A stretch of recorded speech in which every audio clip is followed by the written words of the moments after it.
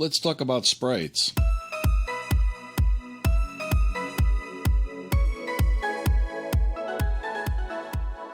A big thanks for all the views, likes, subs, and Patreons, especially the VIPs listed here. Thank you very much.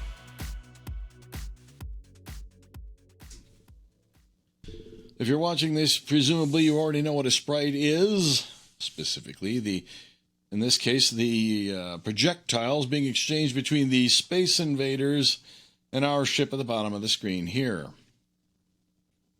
In short, it's a graphic character that can be moved around anywhere we want on the screen at will under program control. Now let's look at some diagrams in this manual and another one. I'll point this out. SPPU004 is what this thing says in the upper left corner, or upper right corner. And you've seen this manual before on my channel when we look at diagrams and stuff. Here's a different manual, and you can see I've already scrolled down and previewed some Sprite sections here. If we go to the top of this document, or actually this one is on the back page down here. This is MP010A is in this document, and I found this on the web in a file that has this name, Texas Instruments _TMS 9918.pdf. And then the yellow one that you've seen before is TI VDP Programmer's Guide.pdf. At least the copies that I have found, these are floating around on the internet. And the reason we have both of these is because they both are, shall we say, seasoned with their own rather interesting idiosyncrasies. Okay? We'll see soon enough. Okay, so when we looked at this before, when I was working on when I started working on the VDP and the state machine and getting the colors and the graphics and all that stuff working, we've seen this diagram before. Until we have sprites, we've only dealt with this multicolor graphic plane, and we know that if we put a transparent pixel color in one of the patterns on our screen in this plane, you see through it and you'll see the backdrop color, or what I like to call the border color. And if you make the border transparent, you can see an external video source, which is supported by some of the TI chips, not necessarily all of them. And they're not going to be supported by the Nouveau VDP 99 code that we're talking about today either. And even when it is supported, it was only to the point where you could do this. You could overlay, say, live video or something with graphics. When the graphics are transparent, you could see the video back there. But it would only work if you had gen-locked video sources and stuff like that. That's the subject of a whole different video. And, of course, it operates in composite color mode, and which is what I'm trying to get rid of anyhow, which is not a very good-looking color display.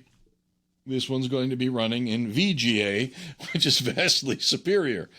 In any event, the VDPs that do not support the external video source, or if you have it turned off or grounded or whatever, it just becomes black. So what we'll see here is if we have a transparent thing on the screen and a transparent backdrop, you will see through to this black pane back here. And the short of it is, I think I've already discussed this.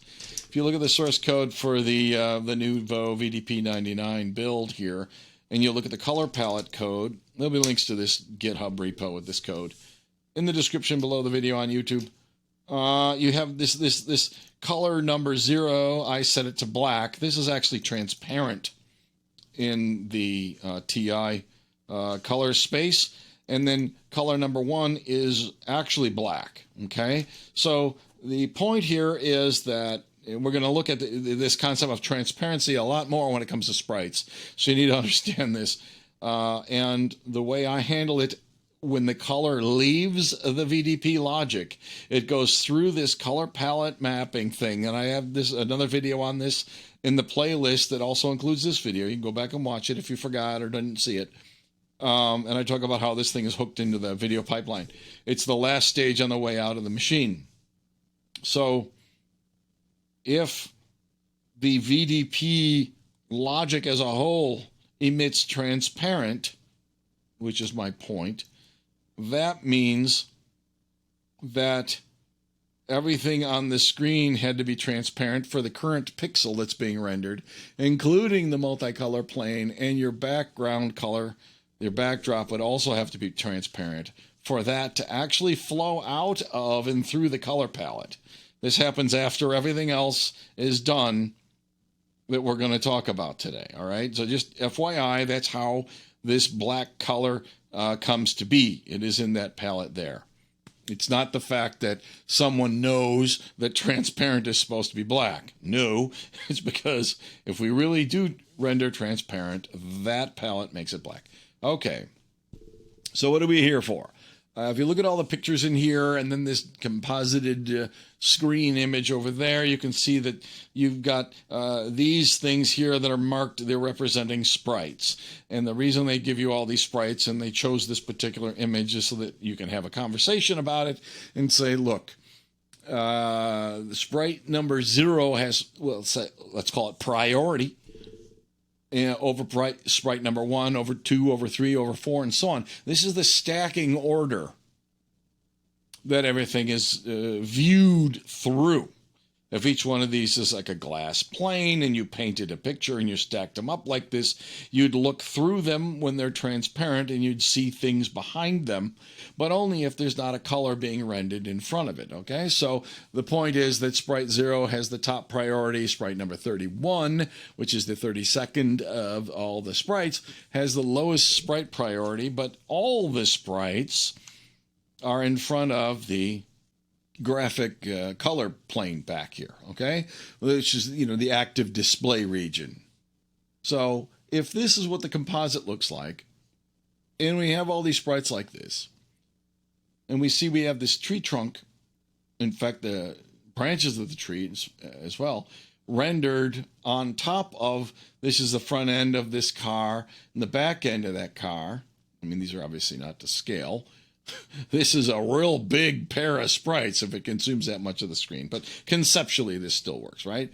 So the tree here, the trunk and these lower branches are rendered at a higher priority than the car. So the car, if you move the car's position, these two sprites, you can move them around on this screen. If you move the car through here from left to right over the course of time, it'll appear to drive behind the tree trunk because of this priority thing here. If you move the car up in here, it's on top of this, so it'll look like the car's up in front of and flying in front of the tree. The same with all the clouds and everything else. Now, there's a couple of rules here. You can have as many as 4 sprites that are visible on one single scan line on the screen. And that's it. That's your limit. And that's because, you know, it takes hardware to render each one of the sprites, and it becomes a matter of economy, how much, you know, how many counters and priority encoders and things are you going to put in your design, and, you know, how many transistors does it take and power consumption, all that other fun stuff. So TI decided 4 was a reasonable number for however they assess that. Okay, so what do we got here? If this is the case, and we got a tree trunk and these car pieces, we would have in this section of the screen, this particular line right here, there would be 2 sprites, one for the back and front of the car, and then this trunk. And up near the top of the car, you might actually see 2 sprites, this little part of the windshield here, and then the back of the roof of the car there may be all on the same line. And you might be above this branch, you might be in this part of the tree, I don't know. Point is, you're still dealing with 3 sprites there, okay? So we're not over this 4 limit. That seems reasonable. But look what's happening with these clouds up here in the top of the tree. So what do we got here? We got this ruffly thingy off to the right. That's probably this part here. Then we've got this thing there, which is, I guess, supposed to be this part of the cloud. Then you've got this thing here, which is this whole cloud, I guess. And you've got this wavy thing, which is this thing on the right there. Okay, so let's look and see what happens there. If we look at this line through the screen here, when that's being rendered, We've got a sprite for this cloud, a left side thing. We got the main cloud, and we've got this thingy over to the right here, and then we got that one. So we've got 1, 2, 3, 4 total sprites there, and we're probably okay with that. Down here, when we're going across the screen, we've got this same cloud sprite in line with the top of the tree, which is down here. And if you move this cloud across the sky, it would move visually behind this tree. Actually, that cloud over here on the left is this one over here. I'm sorry. In any event, so we're still below the 4 limit. But this also illustrates that when they say on one scan line, this sprite here in this scenario is in line with the tree when we're rendering here, and it's in line with these other 3 sprites of this other cloud visual structure here when we're rendering a scan line up there. So when they say 4 in a row, it literally is confined to a single line. So we have 4 here when we're going up there, and we have 2 down here when we're sharing the same sprite, is the point here, with different ones on different lines. So that doesn't mean 5. This is 2 on a single line, and up here it's 4 on a single line. So again, this is all okay. If there ever happens to be a 5th sprite, the 5th sprite on any given line will be invisible. So if you put a big old sprite over here, what would happen is it would be the 5th sprite when we're running across the top part of the screen up here, and you wouldn't see it. But down here, you'd see this sprite, you'd see the top of the tree, and it would then be the 3rd sprite, and you would see the bottom half of the sprite that would be blocked by the fact that it's the 5th sprite up here, all right? And that can create weird visual artifacts. And it's part of the whole planning and designing and the whole the je ne sais quoi of the whole retro graphic scene, okay? So just so we get a good lay of the land and understanding how this particular chip works and how the 4 sprite limit manifests itself. Now, when you have a 5th sprite over here, we'll see there's a status register when you end up in a situation where you've got the 5. It'll tell you, oh, by the way, you've exceeded the 4 sprite limit. There was a 5th sprite on some given line, and by the way, here's the ID number, you know, the sprite 0, 1, 2, 3, 4, 5, and so on, of that 5th sprite. So you can kind of figure this out programmatically by pulling the status register to figure out what's going on. All right, so let's take a look at the config registers. We've talked about like all kinds of stuff in here and how it all works and the fun stuff. You got register 1, 2, and 3 and all these different modes. We have yet to talk about these 2 bits right here. Otherwise, we covered most of the registers. These 2 bits and then 2 registers below are how you configure the sprite stuff. You've got a size and you have a magnification. And you'll see down here it says size select. This is a crummy word. It should have been the resolution of the sprite. And what you're choosing is whether the sprite will be 8 by 8 pixels or 16 by 16. And they're talking about the pattern data. How many pixels of pattern data is going to be used to render this sprite? This magnify thing has to do with how big a sprite will appear on the screen.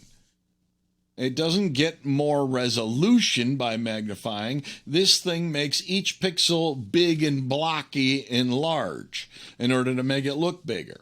This one up here actually gets more pattern data from the sprite pattern table and puts it on the screen to make the sprite bigger. Okay? So if I have an 8 by 8 pixel sprite size, which I think of as a resolution, and then I magnify that, it doubles its size to 16 by 16, but the sprites are big and blocky. It's still an 8 by 8 sprite is the point. It's just that each pixel is the monstrous thing. And if I have a 16 by 16 resolution size, and I magnify that, it looks like 32 by 32 big blocky pixels. All right? So there's these 2 different ways to make this thing bigger. And down here, we've seen a lot of these config registers before. We remember register 4 as where we find the beginning address of our pattern table when we're looking for graphics. And that's where all the 8x8 pixel patterns come from, starting at the address that's determined like this from register 4. And I point this out because this is the exact same meaning and encoding and all this other stuff, alignment and all that, for where the Sprite pattern table can go. They let you put the two in different places so that you can have 256 different characters or patterns for the graphic tiles, and you can have another 256 patterns. I like to call these patterns glyphs or characters or tiles, all right? Okay, so and the alignment's the same. So in theory, you could set them both, my point is, to the same table if you really wanted to save some memory and use the same table for both. The other register of interest in here is this guy here, which is the beginning of the Sprite attribute table. The Sprite attribute table we'll look at in a second is this thing that has 32 entries in it, each of which specifies the location and the color of the 32 sprites, as well as what pattern we're supposed to put on there from the pattern table down here. Okay? I guess while we're up here, we can look at the status register. This is what I was just talking about. If you have more than 4 sprites on one specific line, the flag will go on in the status register, and the 5th sprite number that was encountered, that could have been rendered but is otherwise invisible, that number goes here. If you have 2 sprites on a given line that have opaque pixels in the same place, the coincidence, or what I like to think of as the collision flag, will go on. Okay? I'll leave it as a test to the viewer to think out what happens if we have more than one collision at the same time on the screen. What happens if there's 5 sprites in a row up here and another 5 sprites in a row down here? It says nothing about whether the 5th sprite on the top row up here would appear as the 5th sprite number, or the one down here when they both occur on the same video frame. I chose arbitrarily that the 5th sprite number in my status register in my implementation of the Nouveau VDP 99 shall be the first encountered 5th sprite number when rendering a video frame. Okay? And these bits all get reset to 0 whenever you read the status register. After that point in time, the very next time a collision is encountered or assessed by the rendering logic, the C bit will be turned back on, and the next time that we run into 5th sprite on a line, we'll set the 5th sprite flag and put the number back in there. Okay? So this is a rather creative thing. It can be useful, but you have to be very careful how you interpret it. If you read that value, for example, during the vertical blanking period, when you're in the bottom border or the vertical sync or the top border, then this represents, logically, the status of the prior rendered frame. But if you read it while you're rendering the frame, it's not really clear what it would be. So you got to be careful how you interpret this, is my point. And I happen to know the way I did it and the way others have done it, and there's other implementations of this in HDL languages and things. And, of course, there's the real chip. I've seen some video games that do weird things, and they expect, for example, that this thing have some undocumented values over the course of time while the screen is being rendered, and they take advantage of that in their games. And I have yet to really look deeply into it other than to assess the fact that there's something weird's going on, and there is undocumented but perhaps consistent behavior. And I stress this point because if you have a lot of familiarity with the real chips, I'd like to hear from you in the comments below, or jump on the Discord. There's links to that in the description under the video on YouTube. because it would be nice, to be able to, if there's games out there that would run on this system, to have them be compatible without having a lot of annoying efforts in porting them. Okay, so that's the configs and the status registers part of this whole thing. And we've looked at this manual a number of times, and you get down here and it talks about how to make patterns for sprites and other such things. So let's look at this part of the manual here. So what does the sprite pattern look like? If you're having an 8x8 sprite, and you'll see we can just move it anywhere we want on the screen, we need an 8x8 pattern. It's just the same thing that we've talked about before, and the sprite pattern table works exactly the same way. You've got 8 bytes in here that represent the 8 rows, and the 1s and 0s are the foreground and background color of the sprites. In the case of a sprite, we don't have a background color. We only have a foreground color, and the background color is hard-coded to transparent.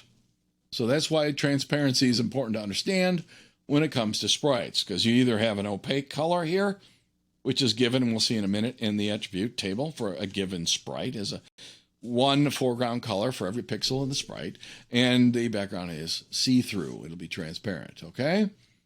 If you have a 16 by 16 mode, the size mode, you have many more pixels, and the way they work is if you're going to make a smiley face like this, you can count on, this is a picture of these. You need 4 times as many pixels in order to be that size. So what happens is, so where it says pattern 1, pattern 2, pattern 3, pattern 4, in this specific order. The whole purpose of this page is to diagram out which patterns are used for what part of the Giganto sprite. Okay?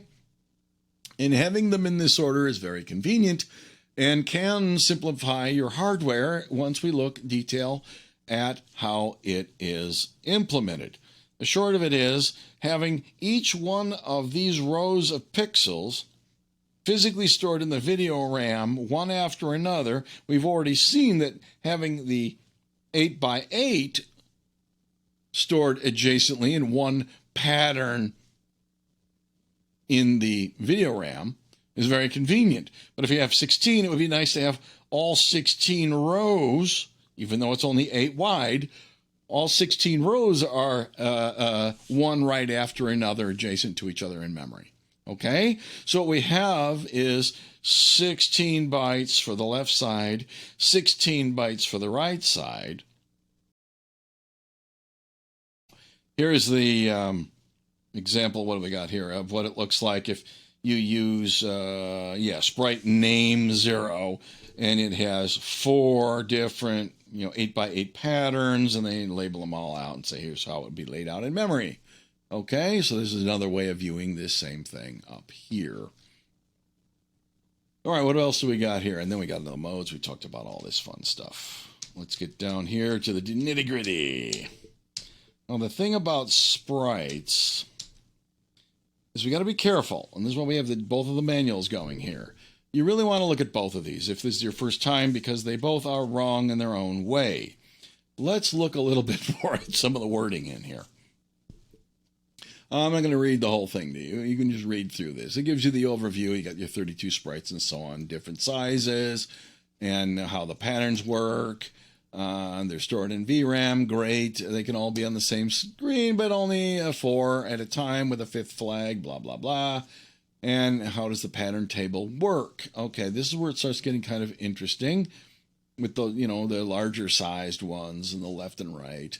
And then we talk about the details of how the sprite attribute table is laid out. And we get to the first of many serious head scratchers, why the vertical attribute is labeled U and the horizontal is H. The name in the pattern table is N, and they have this thing called early clock and color. My theory is that this says U because some dingus drew this out by hand on a piece of scratch paper, and they have a rounded bottom in their penmanship while writing the letter V. This is probably supposed to be VH and so on. Then they threw it off to the art department, who completely misread it, and nobody reviewed the results, and now we have this. Not too bad. You can figure out what it means. This the plot thickens, okay? Anyway, the short of it is you've got these 32 sets of structures in here, these entries in the sprite table, and each one of them, okay, will have a name, and you go look up the pattern based on this name, and you can then render it. And again, it shows you this stacking order thing that's going on here. All right, here's what's in the sprite table entry. This is why I'm pretty sure that U should be a V. There's a vertical position. You got an 8-bit value. You got an 8-bit value for the horizontal position, 8-bit value for the name, your 4-bit color, and we're familiar with all that stuff from the graphic tiles and all that fun junk. And then we've got this early clock thing. The only real interesting thing about this is the early clock. We know how the names work. We know how the colors work. The vertical position is almost straightforward. Horizontal position is, like I said, the interesting thing here. Okay, remember that the screen has exactly 256 pixels wide, which I call those VDP pixels, because in my scenario, we're really rendering this as a VGA image, and the VGA screen has twice as many pixels on it as the VDP does. That's how I mapped them. I doubled them in size. So when we look at the code, my point is the column numbers have to be divided by 2 in order to get the VDP position from the VGA position, okay? Then you cut it in half again if it's magnified, okay? So keep that in your head. A big word of warning when we watch the math go through. All right, so what happens here? The horizontal position, as I just said, can be a number from 0 to 255. And if you consider the left visible column in the active display region as column number 0, then the visible column on the far right is number 255, which is hex FF, which is all ones. In other words, there's not a horizontal position that can be represented in this 8-bit value that is not on the screen. All right, if you see me right now, I'd be waving my hands and yelling and stomping and screaming on the floor, in spite of the narrative below. Okay, we'll come back to that in a second. And in part, that's why there's an early clock thing here. What do we do? We're going to talk about the vertical first. Okay, now there's a diagram below here. Oh, there it is, which is creative. So they've decided that the top row of the active display region, for the sake of sprites, and only when we're concerned with sprites, is going to be FF. Sane humans would call that row number 0. But they decided to make it -1 if that was assigned binary value. And we might hypothesize why that's true in a minute. I guess it's okay. It doesn't matter as long as the next one is 0 and then 1 and 2 and 3. At least they're in order. They could have made them out of order and made it really hard. Okay. Anyway, the point is the first row is -1. The very last row, as they say, BF here is off the bottom of the screen. So BE would be the row number in hex of the bottom visible row on the screen. Okay, the 192 value. All right, so that's how you do the vertical position. Notice this is x-coordinate 0 here, and at least they got that part right. In column 0 of the leftmost column is 0. And as I said before, column FF is the rightmost visible one. Now in here, does it talk about the magical values? Okay, it does talk about some stuff in here. Look, if you set the position to -32 and so on, what happens is it puts the sprite up here in the border. And you can kind of move it down a little bit so just the bottom of the sprite is peeking out into the active region. And it's what we call bleeding, all right? So the thing is bleeding off to the top of the screen, and you can have it peek out and go back up. And you can have it wander in and out from the top and the bottom down here, all right? Now, the vertical value, if you set it to D0, that's a magic number that represents that this sprite does not exist. We'll see more about that in a minute. I thought they addressed that in this paragraph up here. They address it right here. If it's D0, dog 0, okay? What that means is when what is done in a state machine in my code, and I'm sure that's how it's done everywhere else, you scan through this table looking for all 32 sprites. Well, if you set the vertical position of some sprite over here, like entry number 5, and you set the vertical position to D0, what that means is don't render this sprite nor anything else in the table after this position. So if you set the vertical position of sprite number 0 to D0, you will never see any sprites on your screen. Okay? It just can't, they won't be there. So that's part of the control of how you configure this thing. So that's a magical number there. Okay. Horizontal position. This gets even more interesting because this statement is false. Okay. What happens? X coordinate 0, Y coordinate FF. That's true. That'll be the far upper left corner. And if you say S coordinate is FF and Y coordinate is FF, again, it's at the top of the screen, but it is not, as they say, completely off the right-hand side. If you set it to this and your pattern has pixels that are opaque on the leftmost column, they will be visible. Okay? So be careful how you read this. I believe it's also incorrect in this other manual here. Okay? One of the things I scratch in my head, I'm like, how do you even do that? In fact, I think that this other manual actually says that if you want it to be off the right-hand side of the screen, that you would set the position to 256, which is a value that cannot be stored in 8 bits. So in their defense, I guess, they could you could argue that this manual was older and they corrected that in the new manual, although it is still incorrect. Because it says it would be hiding at 255. So they corrected one of the things and not the other. Anyway, you can look through here and you can find that wonderful thing in there too. So just be careful, okay? What do we got here? What do we got? In the name will be the value that we look it up in the pattern table, and they talk about the sizes and the magnification and all that, and then we get to the early clock bit. The short of it is, if this is on, you simply subtract 32 from your horizontal position, period, end of sentence, okay? What that does is it says, put it wherever I say minus 32. And if you put it in at 0FF, and you say, and that's the horizontal, clock, it moves it completely off the screen over here.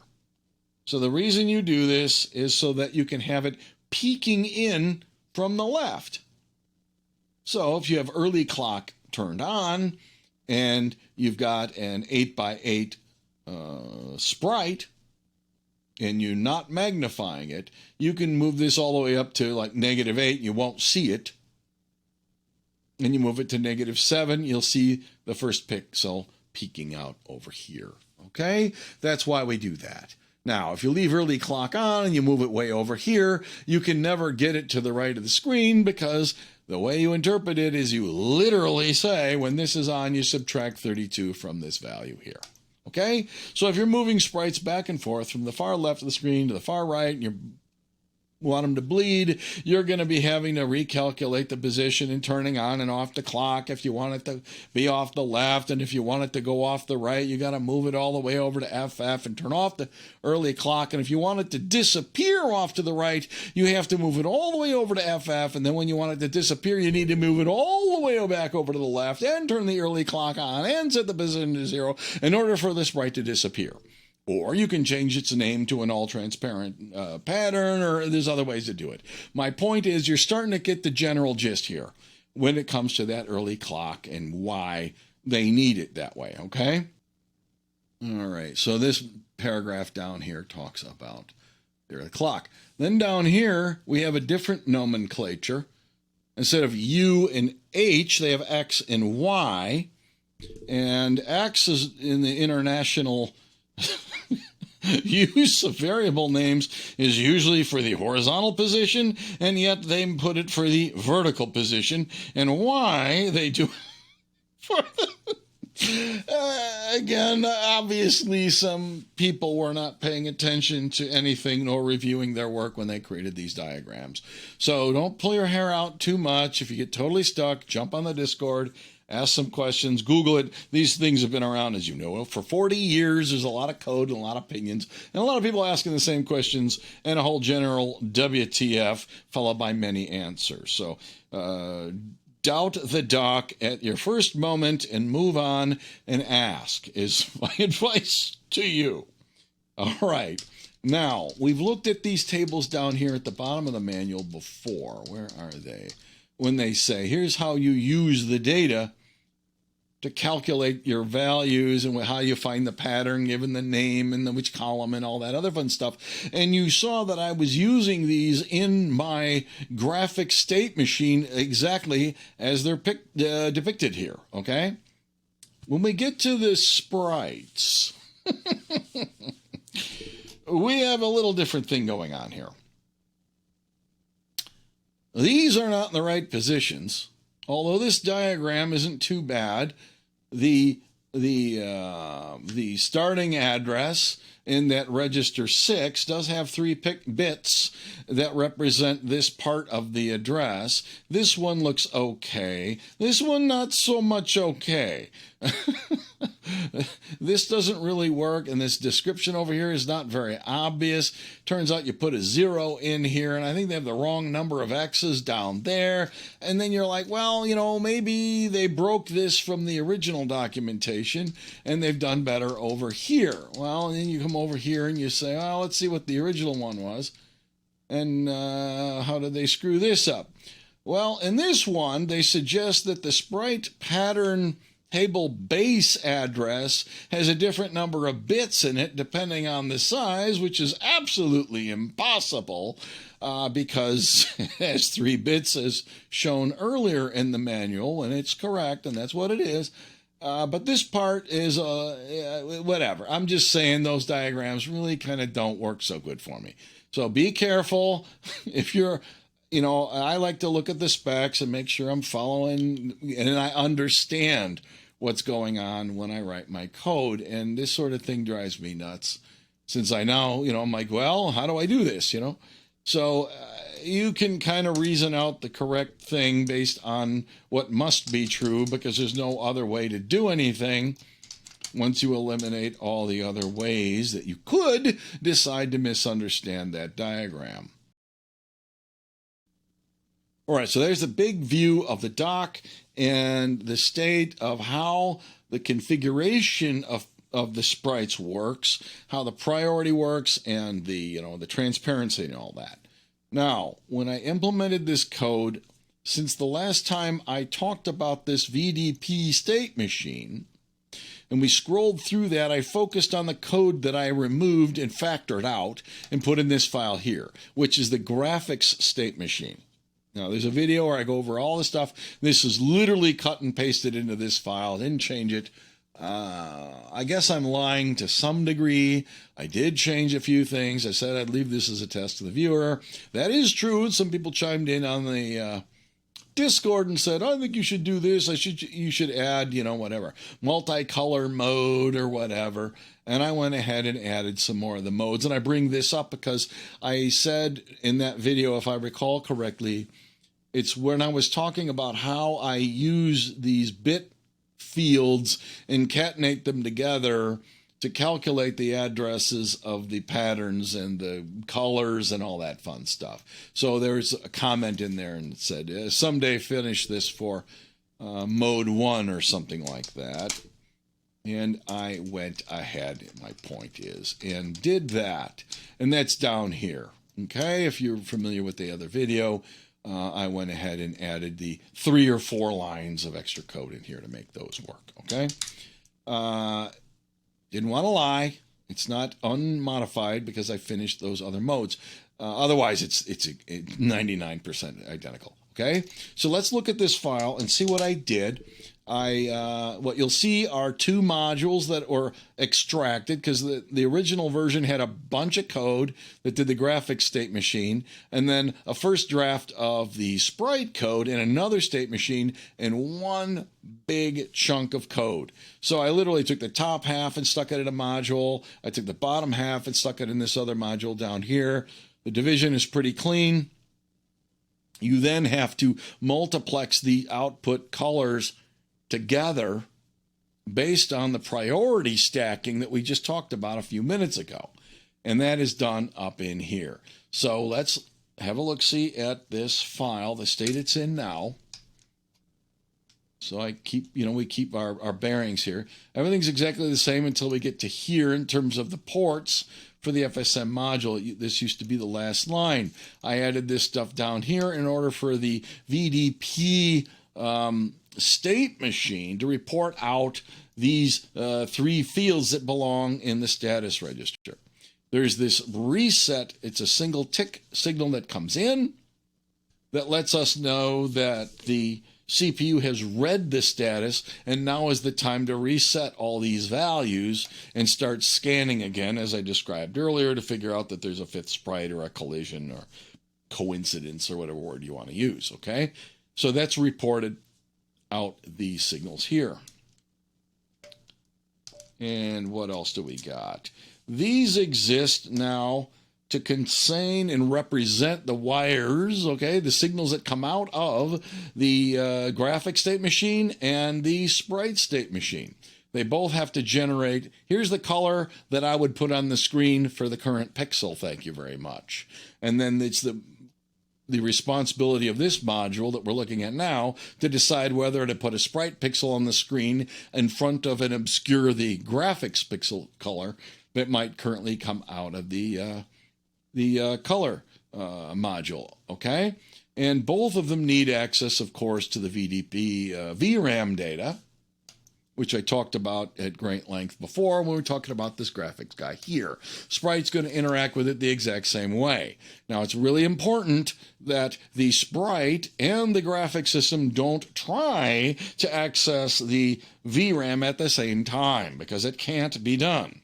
There's only one read port on our VRAM memory blocks in the ICE40 FPGA. So we'll see in a minute, there's some rules, very simple rule. We hard code the sprite object so that it only interacts with the VRAM during certain known times when it's certain that the graphics state machine is known not to be interacting with it. We just keep them separate. It's part of the design rules, okay? So here's what I did. Most all these are just the signals from the ports of this module itself, and all the way down to the color out and so on.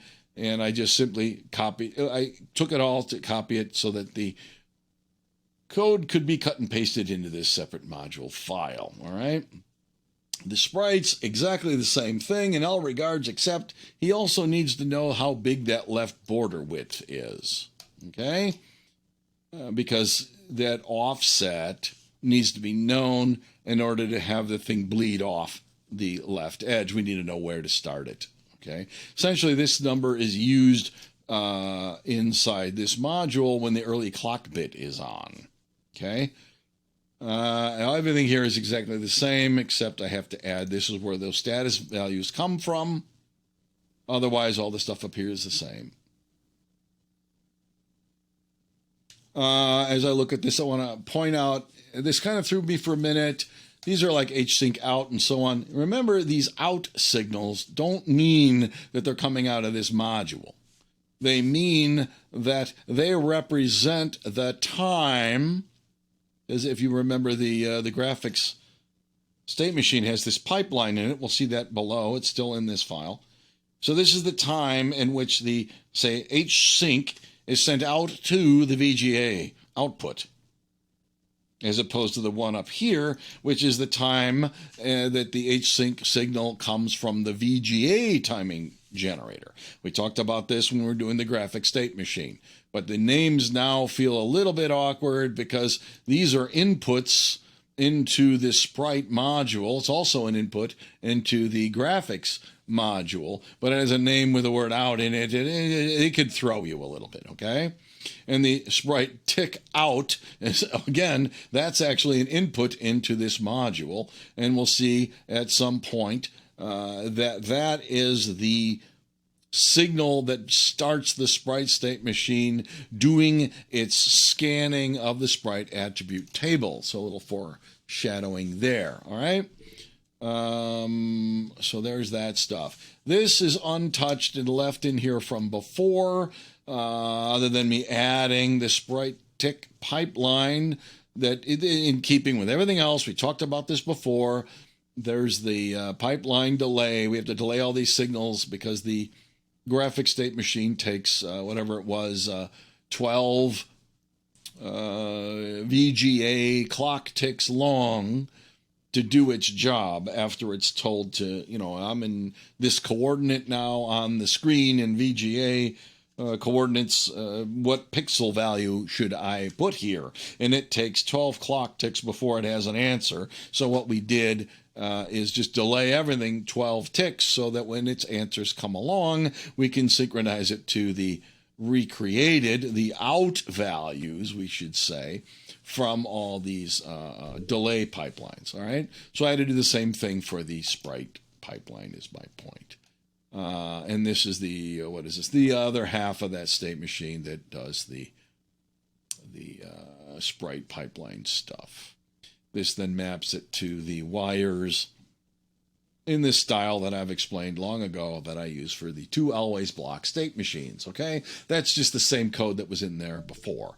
This is new. We didn't have to do this before. This is the multiplexer that says if I'm rendering a Sprite in front of the graphics active display region, do I want to put the Sprite color or do I want to put the the graphic color or the backdrop color or black or whatever? So that's what's going on down here.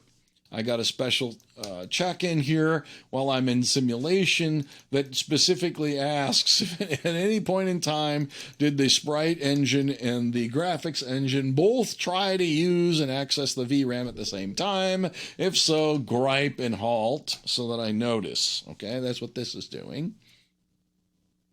Down here is the ball. And down here is the real deal.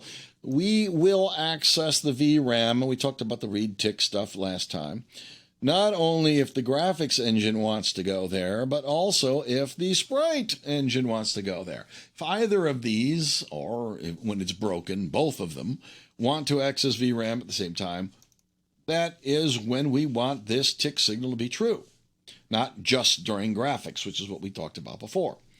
Now, what address should I send down there? Well, if the graphics engine is the one who asserted a tick, then we would obviously want to get the address from the graphics engine. If the Sprite engine is asserting the tick, then the address should be from the Sprite engine. Okay, it's simple as that. If they both did it at the same time and there's a problem, this one will take precedence because that's how this works. You have to just pick one. If the design is wrong, then the graphics engine will take priority. And then the sprites will probably end up in the wrong place on the screen or have the wrong image or color or whatever. It'll just be just garbage for this sprite would occur if that ever happened. And it better not by design. Okay? Now, here's back to this transparency jazz. If the sprite is transparent, then show what's behind it, which comes from the graphics engine. Otherwise, it's opaque, and we show what comes from the sprite. Now, if you saw the graphics state machine discussion, we saw in there that it itself handles the case where if the pattern being displayed has a pixel in it that is transparent, the graphics engine will come back and supply the background color in that scenario. And if the background color is transparent, we just saw what would happen. This will flow out of the VDP logic into the higher level project modules through the palette that we looked at the beginning of this video and come out black. All right, so that's how that thing works. So don't get lost with all the bouncing around. And this is just a massive priority encoder ultimately when you unravel all that logic. All right, so with all this in place, we now have the context that we can take advantage of next time that we talk about this project. We can take a closer look at the Sprite state machine and then the Sprite module here, because the Sprite state machine, as we'll see next time, has the 4 sprites to manage. Each of those 4 sprites have all their state stored in this module up here. So there'll be 4 of these you will find that are instantiated inside the one Sprite state machine module. All right, so looking ahead a little bit there. Okay, so what do you think here? Let me know in the comments below or over on Discord if you got any thoughts on ways to improve various things, and naming conventions or that whole pipeline mess. Probably could be implemented a little bit more cleanly, but be careful. I mean, I've thought about it a couple of times. There's some, somewhat creative and elegant ways to clean up that code to minimize all that repeated stuff. However, if we were to create a parameterizable module that represents a pipeline delay in order to get rid of all these, replicated, here, this is for the, the H sync, the V sync, and all this other stuff. If we did this in sort of like a 2-dimensional thing and created an instantiated vector of things, I'm not sure that would be as understandable. I'm not sure it would be as friendly, but certainly be a more elegant way to do it. But I'm not sure that would be as readable for our retro audience that wants to understand all this stuff. It may not be as understandable. I don't know. In any event, if you got any ideas, I'd like to hear about them. Yeah, really, seriously, post them in the comments below, or we can talk about it over in the Discord. I'd like to hear about it. So thanks for watching. I'll talk to you next time. See you on the internet.